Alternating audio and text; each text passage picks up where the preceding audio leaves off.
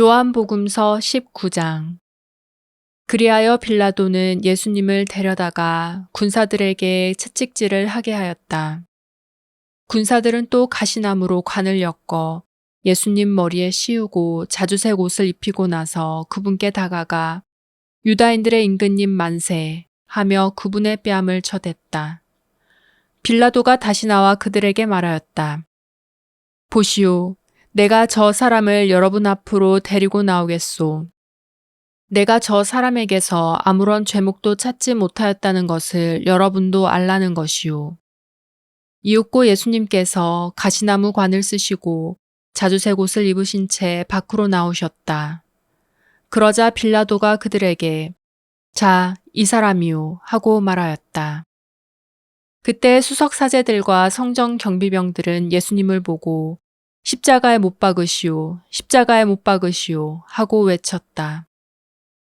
빌라도가 그들에게 여러분이 데려다가 십자가에 못 박으시오. 나는 이 사람에게서 죄목을 찾지 못하겠소 하자 유다인들이 그에게 대답하였다. 우리에게는 율법이 있소. 이 율법에 따르면 그 자는 죽어 마땅하오. 자기가 하느님의 아들이라고 자처하였기 때문이오. 빌라도는 이 말을 듣고 더욱 두려운 생각이 들었다. 그리하여 다시 총독관저로 들어가 예수님께 당신은 어디서 왔소? 하고 물었다. 그러나 예수님께서는 그에게 아무 대답도 하지 않으셨다. 그러자 빌라도가 예수님께 말하였다. 나에게 말을 하지 않을 작정이요. 나는 당신을 풀어줄 권한도 있고 당신을 십자가에 못 박을 권한도 있다는 것을 모르시오. 예수님께서 그에게 대답하셨다. 내가 위로부터 받지 않았으면 나에 대해 아무런 권한도 없었을 것이다. 그러므로 나를 너에게 넘긴 자의 죄가 더 크다. 그때부터 빌라도는 예수님을 풀어줄 방도를 찾았다. 그러나 유다인들은 그 사람을 풀어주면 총독께서는 황제의 친구가 아니오. 누구든지 자기가 임금이라고 자처하는 자는 황제에게 대항하는 것이오 하고 외쳤다. 빌라도는 이 말을 듣고 예수님을 밖으로 데리고 나가 리토스 트로토스라고 하는 곳에 있는 재판석에 앉았다. 리토스 트로토스는 히브리 말로 갓바타라고 한다. 그날은 파스카 축제 준비일이었고 때는 낮 12시쯤이었다. 빌라도가 유다인들에게 말하였다. 보시오, 여러분의 임금이요. 그러자 그들이 외쳤다. 없애버리시오, 없애버리시오. 그를 십자가에 못 박으시오. 빌라도가 그들에게 여러분의 임금을 십자가에 못 박으라는 말이오 하고 물으니 수석사제들이 우리 임금은 황제뿐이요 하고 대답하였다. 그리하여 빌라도는 예수님을 십자가에 못 박으라고 그들에게 넘겨주었다. 그들은 예수님을 넘겨받았다. 십자가에 못 박히시다. 예수님께서는 몸소 십자가를 지시고 해골터라는 곳으로 나가셨다. 그곳은 히브리 말로 골고타라고 한다. 거기에서 그들은 예수님을 십자가에 못 박았다. 그리고 다른 두 사람도 예수님을 가운데로 하여 이쪽 저쪽에 하나씩 못 박았다. 빌라도는 명패를 써서 십자가 위에 달게 하였는데 거기에는 유다인들의 임금 나자렛 사람 예수라고 쓰여 있었다. 예수님께서 십자가에 못 박히신 곳이 도성에서 가까웠기 때문에 많은 유다인이 그 명패를 읽게 되었다. 그것은 히브리말, 라틴말, 그리스말로 쓰여 있었다.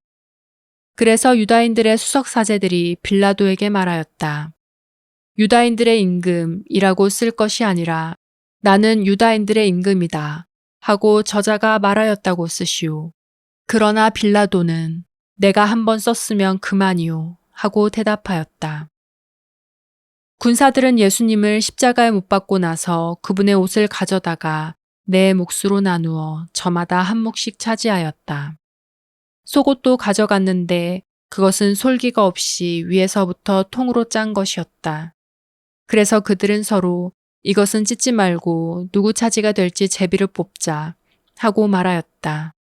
그들이 제 옷을 저희끼리 나누어 가지고 제 속옷을 놓고서는 제비를 뽑았습니다. 하신 성경 말씀이 이루어지려고 그리 된 것이다. 그래서 군사들이 그렇게 하였다. 예수님의 십자가 곁에는 그분의 어머니와 이모, 클로파스의 아내 마리아와 마리아 막달레나가 서 있었다. 예수님께서는 당신의 어머니와 그 곁에 선 사랑하시는 제자를 보시고 어머니에게 말씀하셨다. 여인이시여, 이 사람이 어머니의 아들입니다. 이어서 그 제자에게 이분이 내 어머니시다 하고 말씀하셨다. 그때부터 그 제자가 그분을 자기 집에 모셨다. 숨을 거두시다. 그 뒤에 이미 모든 일이 다 이루어졌음을 아신 예수님께서는 성경 말씀이 이루어지게 하시려고 목마르다 하고 말씀하셨다. 거기에는 신 포도주가 가득 담긴 그릇이 놓여 있었다. 그래서 사람들이 신 포도주를 듬뿍 적신 해면을 우슬초 가지에 꽂아 예수님의 입에 갖다 대었다. 예수님께서는 신 포도주를 드신 다음에 말씀하셨다. 다 이루어졌다. 이어서 고개를 숙이시며 숨을 거두셨다. 군사들이 예수님의 옆구리를 창으로 찌르다. 그날은 준비일이었고 이튿날 안식일은 큰 축일이었으므로 유다인들은 안식일에 시신이 십자가에 매달려 있지 않게 하려고 십자가에 못 박힌 이들의 다리를 부러뜨리고 시신을 치우게 하라고 빌라도에게 요청하였다. 그리하여 군사들이 가서 예수님과 함께 십자가에 못 박힌 첫째 사람과 또 다른 사람의 다리를 부러뜨렸다. 예수님께 가서는 이미 숨지신 것을 보고 다리를 부러뜨리는 대신 군사 하나가 창으로 그분의 옆구리를 찔렀다. 그러자 곧 피와 물이 흘러나왔다. 이는 직접 본 사람이 증언하는 것이므로 그의 증언은 참되다. 그리고 그는 여러분이 믿도록 자기가 진실을 말한다는 것을 알고 있다. 그의 뼈가 하나도 부러지지 않을 것이다 하신 성경 말씀이 이루어지려고 이런 일들이 일어난 것이다. 또 다른 성경 구절은 그들은 자기들이 찌른 이를 바라볼 것이다 하고 말한다. 묻히시다. 그 뒤에 아리마테아 출신 요셉이 예수님의 시신을 거두게 해달라고 빌라도에게 청하였다. 그는 예수님의 제자였지만 유다인들이 두려워 그 사실을 숨기고 있었다. 빌라도가 허락하자 그가 가서 그분의 시신을 거두었다.